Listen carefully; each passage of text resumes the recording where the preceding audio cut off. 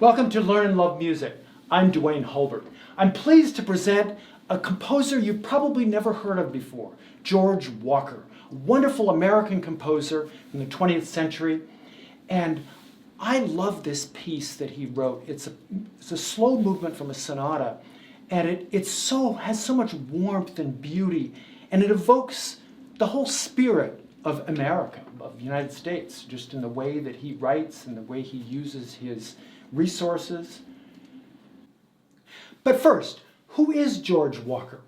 He's an American composer, and he was born in 1908 and had a wonderful career. He went to the Curtis Institute of Music, started out as a solo pianist, studied with some very famous professors there, but his professors said that they also liked the music that he wrote. So around the 1950s or so, he started to move from being a piano soloist to a composer. And what a wonderful composer he turned out to be. So, I'm going to give you 6 reasons why this piece needs to be performed. So I want to make sure you subscribe to our channel. We want to see you back again. So let's dig into this wonderful American composer, George Walker. Reason number 1. George Walker takes the melodic structure from African American spirituals, and he plays around with them. He uses them in sort of a vague way, but it gives us the spirit of this music. It's fabulous. For example, listen to the beginning of this piece. It's sort of like the theme. He calls it the theme. And I don't know what you might think, but I think it sounds a little bit like Deep River. So if I start out here, the beginning.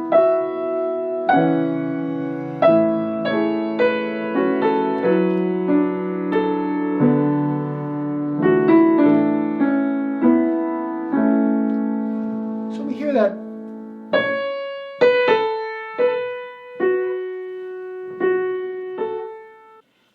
That is a wonderful motive that evokes the spirit of this folk music. And I think he does this at the beginning of the piece, and then at the end of the piece, he closes with the same material. But in the middle, he composes like a contemporary composer. But he uses sort of that spirit sort of goes through the whole piece, even though we don't hear the spiritual in the variations. Reason number 2. He uses harmonic intervals. In this case, it's the perfect fourth. And you'll hear these. They're all fourths. Fourth, fourth, fourth. And he intersperses the right hand and the left hand with these intervals. Both hands are working almost like a fugue in a way. But it's fabulous the way, we call that open harmony when. So it has a really American sound to it, but also a rich kind of harmonic sound as well with those fourths. And this is what it sounds like when we put the right hand in there. Lots of fourths. The left hand has this upside down. And you put them together and we hear this very American kind of sound with these fourths. And sort of like a fugue, because the right hand and left hand sort of weave around each other. But listen to the harmonies. That's what's really special about this variation.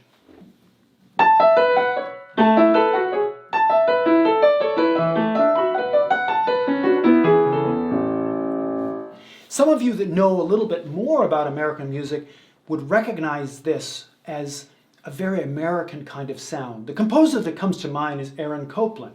He uses this same kind of harmony in many of his works as well. Reason number 3. In the second variation, we hear a lot of chords that are in sevenths. And we know that sevenths have this also kind of a dissonant kind of sound. That's a seventh. And also later on we have this, like big chords.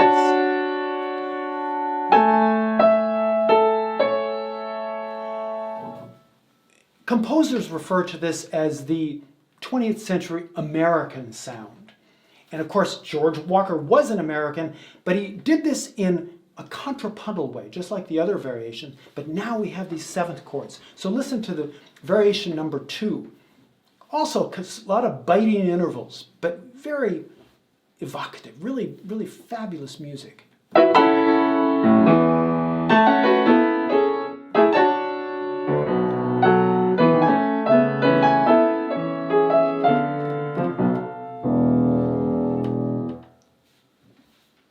Reason number 4.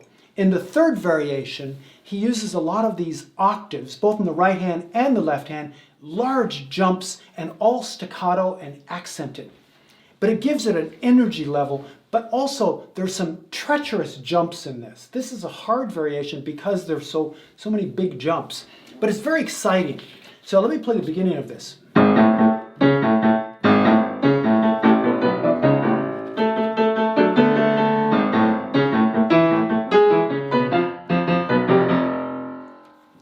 One of the things you'll find about this variation as well, it's a little unsettling because as the listener, you don't hear all of the time changes either. That's what makes it sound a little bit angular in a way. So you'll see in the beginning, it's basically in 4/4 time, then he does 5/8 time, and then he does 6/8 time, and then he returns to 4/4 time. It gives you sort of an off-balance feel, but also a virtuoso feel with all of those octaves in both hands. And reason number 5, we now move to kind of a slower speed with this one. It's not as energetic and powerful as the other ones, but it's very, very charming. Here he uses these tiny little phrases and this very gentle kind of touch, but also we're continuing with these time signatures that are kind of strange. One of the time signatures is 10/8, and then it's 6/8, and then 8/8. So always changing the rhythm. This is really important. But it doesn't have that power and kind of angry kind of sound as the other ones. It's very charming. Listen to this variation 5.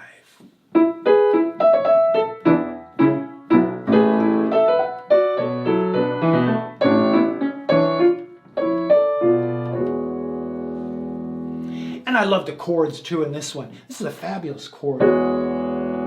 He has this open kind of sounds. Once again, a lot like Copland, having those open intervals. And reason number 6, which happens to be variation 6. Here he does cross-hand technique. And it's not exactly cross-hand with hands go on over each other. They actually are kind of like smashed together like this. And he writes it with the stems going up and down. And I found this to be the most difficult variation to play because one hand is underneath and you can't even see the right hand when the left hand is over it. But it has this back and forth kind of, almost a toccata-like sound. But it's fabulous. Lots of octaves, lots of contrast. He does a lot of piano, forte, piano, forte. But listen to the sound of this variation. It is truly another toccata.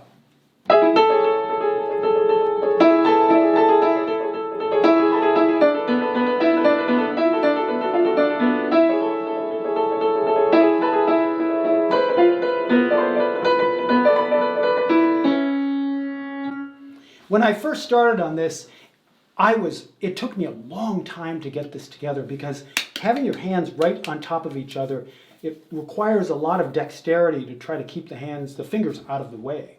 And at the end of this variation, the very end of the piece, he goes back to this deep river kind of sound. Beautiful, almost like a reprise of the opening. But it's very calm. After all this energy and technique and all of that, this is very calm, easygoing. It's a fabulous ending to the piece. I'm going to play it for you.